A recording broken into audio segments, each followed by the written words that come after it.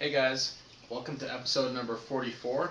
Today is Wednesday, so it's DIY Wednesday, and today we're going to build a Hamburg Mattenfilter, also referred to as a Hamburger Mattenfilter. So come along with me and learn how to be a better aquarist.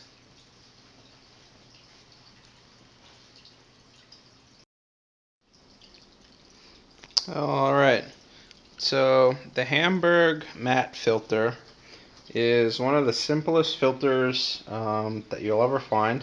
It's an air-driven filter, and it's one of the most efficient air-driven filters as well. Thought to originated in Hamburg, Germany, and it's still quite popular in Europe, but it's less popular in the United States.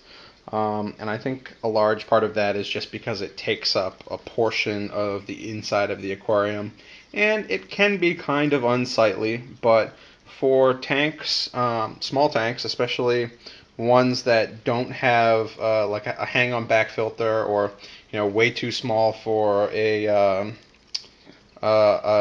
gravel under gravel filter, or a canister filter or something like that. A matte filter is a really good alternative. It's kind of similar to a sponge filter, a traditional sponge filter, but it basically takes up an entire wall of the aquarium. So without further ado, here are the materials that you're going to need. You're going to need a aquarium that you're intending to use.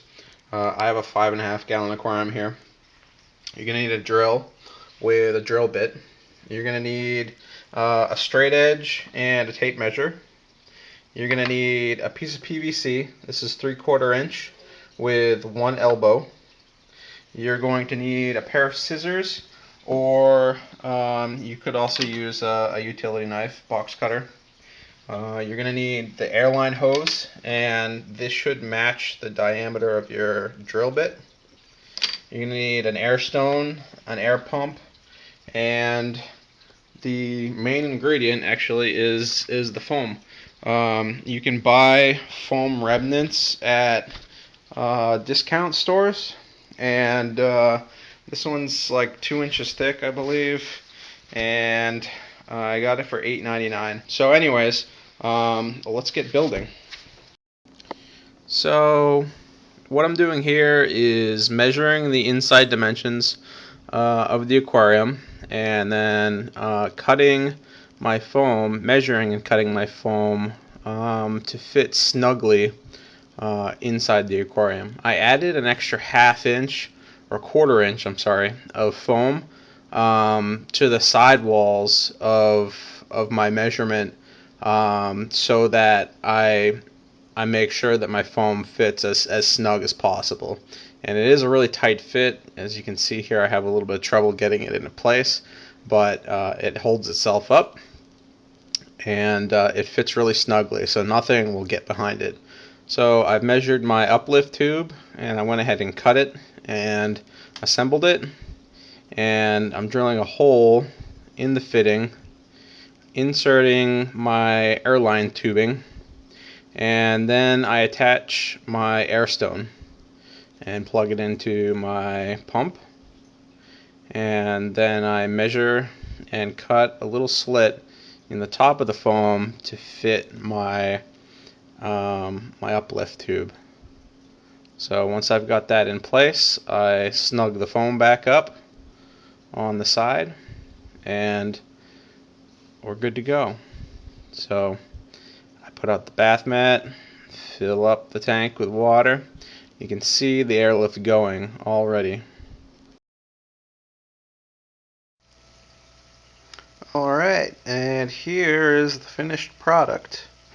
You'll see the foam is wedged there against the side, and the space behind the foam only needs to be as wide as the piece of PVC you're using. So 3/4 of an inch to an inch is fine for back there. And you'll see that it forms a pretty good space in the front for your fish. It works really well for shrimp, so that the shrimp don't get sucked into the filter. It also works well for fry. so they don't get sucked into the filter. And as you can see, the air tube goes all the way down into the PVC, and then the air gets forced all the way up. This is pretty much an airtight fitting here. I could optionally silicone it in place, and that would allow more of the air to spill out this way. But essentially what's happening is you have an uplift tube, an airlift, and the air is lifting the water from behind the foam back to the front of the foam, and then the water circulates in the tank, goes through this surface. And it's important to note that only the first like quarter inch of the surface of this foam is really going to be used heavily. The rest of it is just kind of there to hold the foam up. So you don't need 2 inches of foam, because 1 inch is going to do the same as 2 inches, because it's the front surface that collects all the bacteria and debris, but goes back through the foam and then back through the filter. It's like I said, it's one of the simplest filters out there.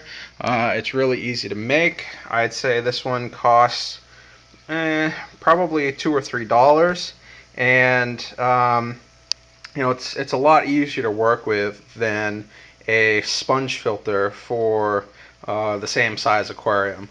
So if you guys are looking for cheap filters, especially for your fry tanks or your shrimp, this is definitely an option. So give it a try. Alright guys, see you later.